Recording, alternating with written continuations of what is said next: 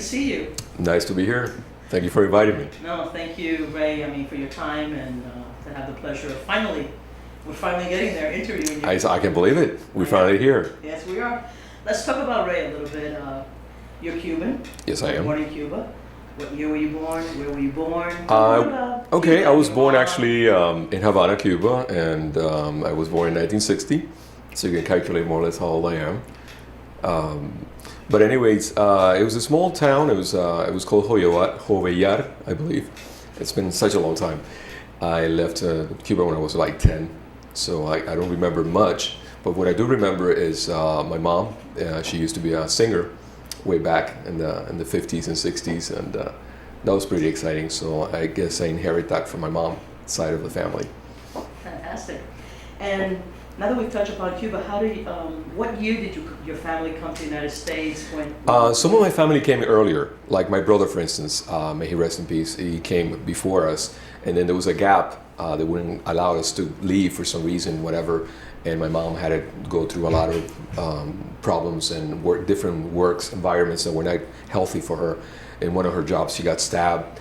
And this is during the Castro era, correct? This is during the Castro era. So my brother was here actually with one of my aunts, and we were separated for a long time until I finally was able to come over here back in 1970. 1970 is when you and your mom arrived to Miami. To Miami, States. yes. So to Freedom Land. To Freedom Land. So you spend from 1959, the revolution and yeah, I was born in 60, so I was actually a year after he took power. Yeah, but I was there. So you grew up with. I remember, as a child, what I remember, let's say at 9 o'clock at night, we would have no electricity. It was just shocking for a kid. And sometimes we didn't have water. It was really, really tough growing up as a kid. Sometimes we didn't have food, and my mom would give up her food, so I will eat. It was a very difficult time growing up as a kid like that.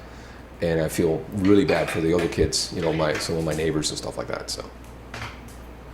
And so your mom was a singer in Cuba? Back in the days, in the 50s, not in the Castro era, of course. What did she tell you about that time, the 50s? It was a wonderful time, the before Castro time. She used to perform on the radio, and there were two sisters, my mom and her sister used to sing together, and it was all different. It was like very Americanized. It wasn't structurized like the communism and so forth. So everything it was different times, just like you see in the movies. It's a wonderful time. Let me ask you. Now that we talked a little bit about Cuba and where you were born and whatnot, you came in 1970, and how has been your life with your mom and your family here? Well, obviously, it was like living black and white to color. It was a transition when I first arrived. I saw so many things, wonderful things. You were 10 when you got here, right? Yeah, and it was a wonderful experience. The only thing I had was a barrier. I didn't speak English at all, and the schools back then, it was very tough because you had to really learn and fast. The teachers will talk to you like, "Do you understand me?" Like almost like a Tony Montana, Scarface, with a heavy accent and stuff. And it was really hard for me to actually, get into the language. But I took extra classes and whatever it took to actually perfect my dialect, because I wanted to be an actor since I was a kid. That was my passion. So I had to take extra classes and stuff like that to actually to better myself. And going on that acting. Oh, okay. I know that. I like how you jump into. During your so you made your life in Miami. You went to school. I know you did some commercials. Oh yeah. My career started back in school. I was 14, 15, and my girlfriend at the time, Maria, she was a model, and she was a year older than me. I always like older women, and she was like 16 and I was 15. And she took me to a photo shoot with her, and they needed a male model, and I said, I'm not going to do that. I was into sports, and I had long blonde hair, and I was like a surfer dude. So I took pictures with her, and then they started hiring me, and she broke up with me because I started getting more popular, and I was the one hired as a model, and I thought it was just a fun thing.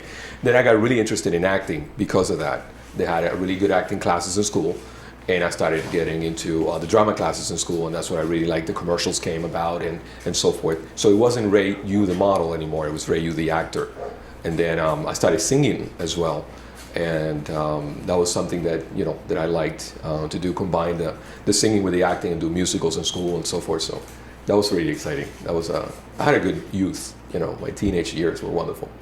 And then I think you started. Tell me about your company. Then you started your own business. Well, and after working for so many people, I decided. Tell me the people that you first were like. Okay, I worked with wonderful people. If I can mention them, Gloria Stefan and Emilio. Way back, they gave me a break back in the 80s. I think it was 1982 when we did Winn-Dixie commercial. And back then they were advertising the Winn-Dixie commercial. And then I saw them again 2 years later. I became a host of a television show called Latin Tempo. It was an MTV, it was one of the first MTV shows, type of shows. And my co-host was Vivian Peña, and we were really young back then. I think I was 20 or so forth, or 22 actually. And Vivian was like 18, so we were like teenagers almost. And it was really fun to actually work with Emilio and Glorita, as I call them, talking to them about the first videos they were making. And I was actually in Conga. They invited me to be in the Conga video, which is a classic. And we'll be back after this commercial break. I remember doing the first video for Miami Sound Machine back then with Gloria, the Conga. And I was dancing with Lily Stefan and all these wonderful people that participated in the 1984 Conga. Came out in, I think, in 1985, but we shot it a year before.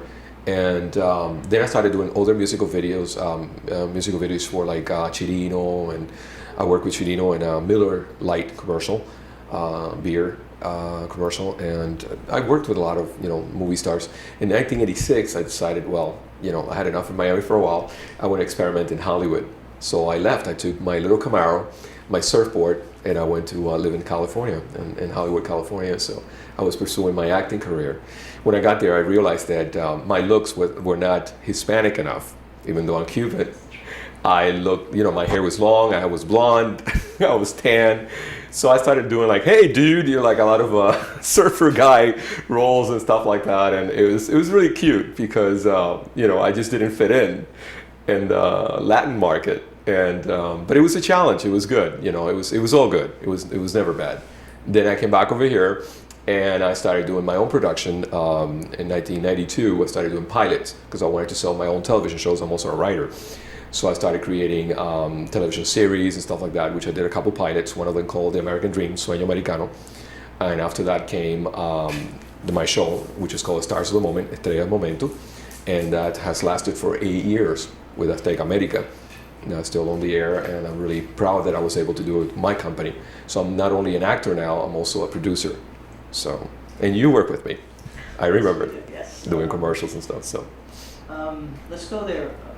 I want to thank you because when I first embarked on this journey of being a producer and making a film, I started to ask around, and they recommended I speak with you. it was wonderful. It was a wonderful meeting that we first had. You had an idea, and it was a wonderful idea. And I even told you have to pursue this in a bigger scale. Because when you told me the story, I said this is something that has to be told, and that's what the title came about and everything. And the truth always has to be told. And I told you, if you're gonna do it in a big scale, and do it as a movie project, not just a documentary, but use flashbacks, use actors so they can actually visualize the whole thing, how it happened, because you were part of it. And that's where we're at today. And we're here. And we're here. I can't believe it. We're actually here. We were talking about it, and now you're actually fulfilling your dreams, which is what it's all about. And I want to thank you for also guiding me to who should help me with the screenplay. He's not here right now. Hopefully we'll get to interview him today too, Vic Hunt, who's not even a Cuban. He's not even Cuban. He's Italian, so good guy though. So I want to thank you for that. In closing, Ray, how do you, from your years here and as a Cuban, feel that, do you have any hope that Cuba will ever be free? I always have dreams. I always have hope. I still have my cousin. She lives there with her kids and stuff. So I do have family in Cuba still. I haven't seen her in a long time. We actually got to see each other in Canada because she was working up there for a little bit, and then she had to go back to Cuba. They wouldn't allow her to go out anymore. And I promised myself that I would go after the man inside of power. So I never went back, actually. And I haven't seen her in a long time. So I'm hoping, I'm praying to God that his tyranny and everything will end soon. Yeah. Just as many Cubans, that's what we wish for. Yeah. We all That's have my that dream. common thread around us. Yes. Again, I want to thank you for your time today, for being here with me. Well, it's an honor to be part of this great project, And, and it's going to be a great success. It is. I know that. And It's I hope happening that you already, so. Yes, it is, and I hope that you have accepted the mission of being my casting director. That is an honor. I would love to. I would love to be part of the process of casting the actors that are going to be part of this wonderful project. So, Thank you. thank you. very Thank you much. for giving me that honor as well.